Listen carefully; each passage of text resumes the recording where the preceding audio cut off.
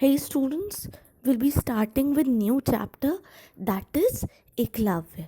ये चैप्टर आपका महाभारत से लिया गया है या कह लो महाभारत के एक इंसिडेंट पे बेस्ड है। इसके राइटर हैं मुंशी प्रेमचंद। इससे पहले हम लोगों ने जो लास्ट चैप्टर पढ़ा था मुमताज़ वाला, जिसमें चौगन से गेम से रिलेटेड था वो chapter for the love of a game, उसके हम लोग टिक द करेक्ट आंसर मैं जल्दी से आपको बता देती हूँ। सो पेज नंबर 120 पे आप करेंगे अपनी बुक में ही। Mumtaz like the game of chaugan because she loved its speed and excitement. Option number 3 first का, ऑप्शन नंबर 3 सेकेंड है Mumtaz father was surprise by her request to watch chaugan because, क्यों वो सरप्राइज हो गए थे? क्योंकि the game was meant for men to train in warfare. उन्हें लगता था कि वो चौगन का गेम केवल आदमियों के लिए है क्योंकि वो उन्हें वॉर के लिए तैयार करता है। The emperor was happy with Mumtaz, क्यों? क्योंकि वो एक वे सजेस्ट कर पाई थी जिसकी वजह से वो रात में भी चौगन खेल सकते थे।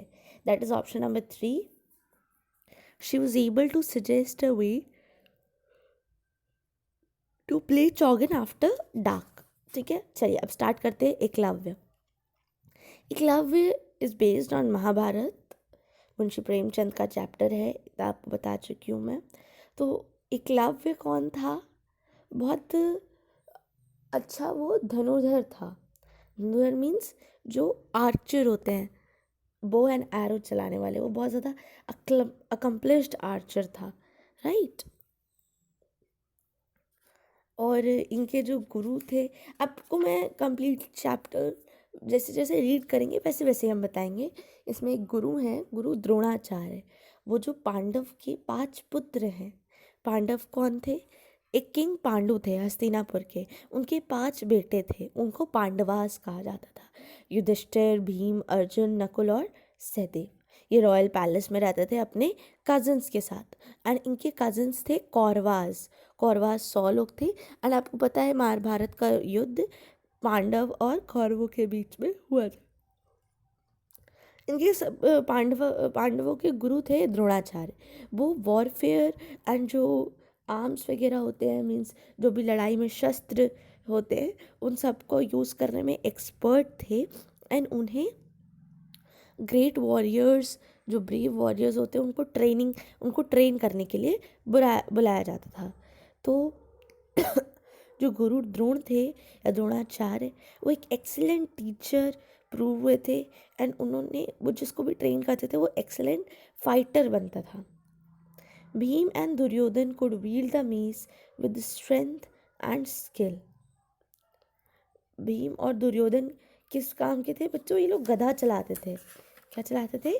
गधा। ठीक है, मीस गधा कहते हैं। एंड व्हील्ड का मतलब होता है बहुत तेज़ी से पकड़ होना, बहुत अच्छी पकड़ होना और यूज़ करना। युधिष्ठिर युधिष्ठिर जो था वो रथ बहुत अच्छे से चला लेता था।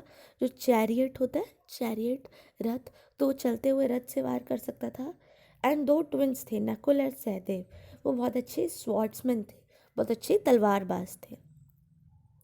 इन सब में जो अर्जुन था, इन सब के अच्छे होने के बाद जो अर्जुन था वो बेस्ट प्यूपिल था गुरु द्रोण का, और वो मास्टर का फेवरेट भी था।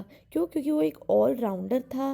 वो गदा भी चला सकता था, वो तलवार भी चला सकता था, एक लैंस भी चला सकता था, दूसरे हथियार भी चला सकता था, और सबसे अच्छा वो चला सकता था बो एंड एरो। वो इतना अकम्पलिश्ड आर्चर था बच्चों, इतना अच्छा वो निशानेबाज था कि उसकी बराबरी का कोई नहीं था। वो हमेशा अपने टारगेट को हिट कर सकता था। तो द्रोण उससे प्रॉमिस करते हैं कि वो उससे इतनी अच्छी टीचिंग देंगे कि वो बेस्ट बनेगा, पूरे वर्ल्ड का बेस्ट आर्चर बनेगा। एक समर में द्रोण ने अलाउ किया अपने प्यूपल्स को, अपने बच्चों को, कि जाओ तुम लोग हंटिंग के लिए जाओ। जैसे ही वो फॉरेस्ट में गए, उनका एक डॉग आगे भाग गया, आगे दौड़ने लग गया और बहुत तेज़ तेज़ भौंकने लगा। अचानक वहाँ पे जो इन लोग का डॉग था वो आगे भागने लग गया और फिर देखते हैं कि अचानक से शांति हो जाती है। तो होता क्या है, उस डॉग के मुंह में 7 एरोज होते हैं, 7 जो आपके बाण होते हैं वो उसके मुंह में होते हैं, और उसकी पूरी बॉडी में कहीं पे भी कोई मार्क नहीं होता। और वो सब इसको देख के बहुत शॉक्ड होते हैं कि एक भागते हुए डॉग के मुंह में सातों के सातों एरोज डालना और उसकी बॉडी पे कहीं और कोई मार्क ना होना। ये कोई मास्टर का काम है, क्योंकि जो बहुत अच्छा धनुधर होगा वही ये कर सकता है। तो वो सब लोग उस पर्सन को ढूंढने लग जाते हैं। तो उन्हें एक यंग मैन मिलता है फॉरेस्ट में, जो डीप प्रेयर में लगा होता है, और उसके साइड में क्या होता है, बो एंड एरोज होते हैं।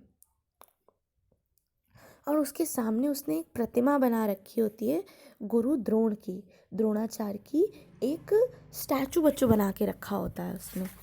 ठीक है, अब हम नेक्स्ट टर्न में पढ़ेंगे, आप पढ़ के आइएगा। मैं जल्दी से आपको नेक्स्ट टर्न में इसकी स्टोरी शॉर्ट में बताऊंगी कि आखिर फिर होता क्या है।